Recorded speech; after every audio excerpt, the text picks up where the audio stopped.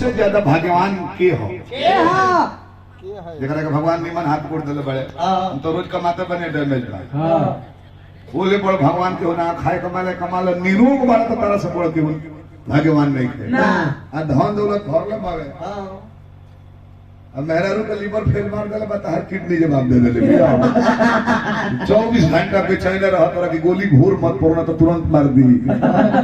बेचैनी में रह तोरा के ना तो इतना सुंदर शरीर मिल तो कम से कम भगवानों के सूते के बेरा एक बेर धन्यवाद करे के बा जगह के बेरा तोर हत्ती के लकीर दे के गोल ला के धरती माई के अपन काम करी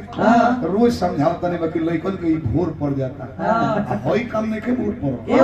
दिन भर मोबाइल चार्ज करो राती खाना जाई में ढुक गया वीडियो कॉल लगा तो कौन एसपी साहब को लगे रात भर उड़ता में वही में पूछत लोग खइलू तो वो भर पेट खा के ढेका रहती है वो कहते कि तू ना खोई बतले हमरे से घोटा ही को दाना दम भर पहले बे दोबारा उल्टी कर दिया जनी ये नहीं के बोल पड़ो बोर की काम अच्छा ना राम का नाम ले में को सेकंड लगा याद पड़ता गहना गुड़िया पहले बड़ा 10 नंबर राइफल घूमता 4 गो गाड़ी है पीछे तले तहरा राम याद पड़ता जब बूढ़ा गई लगो हनो लेका छिने से दो मर दे सुधर रहता पहले रहता ना पैसा बैंक बैलेंस ट्रांसफर करा ले हां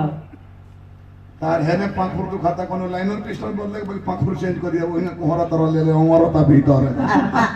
है ने कपार में दर्द बात घरे दूध बा तब नहीं खा पी सकत बलगम बांध ले दूध पीबो गरम तो सुखिए जाई आ दही के तो ढक चलक बगा जब सारा शरीर से बाप देता धनो गई तनो गई तब काका लोग कहता कि हे भगवान अब तू ही बाड़ो काहे ओकरा पहिले ऊपर गइले है जले जमान अल्लाह ताला मैंने धन होता गाड़ी निकला तर से स्कॉर्पियो सफारी फॉर्च्यूनर घमंड बाकी कमा के खेले में तो काली खो जाता ढाल तलवार बड़का बाघ मुगल में जीता वही सिकंदर कितना जान लिखा था छतरी ट्रेवल्स क्यों लिखा था जादू ट्रांसपोर्ट अपन अपन जात के लिखा था ना कबले जले घमंड बाकी हमार किनल हो जहां दो बेर एक्सीडेंट करता गाड़ी में पेंटिंग चेंज करा के बड़का बड़का लिखा होता जय मां काली थावे अली शंकर तेरा सहारा होतवत डमरू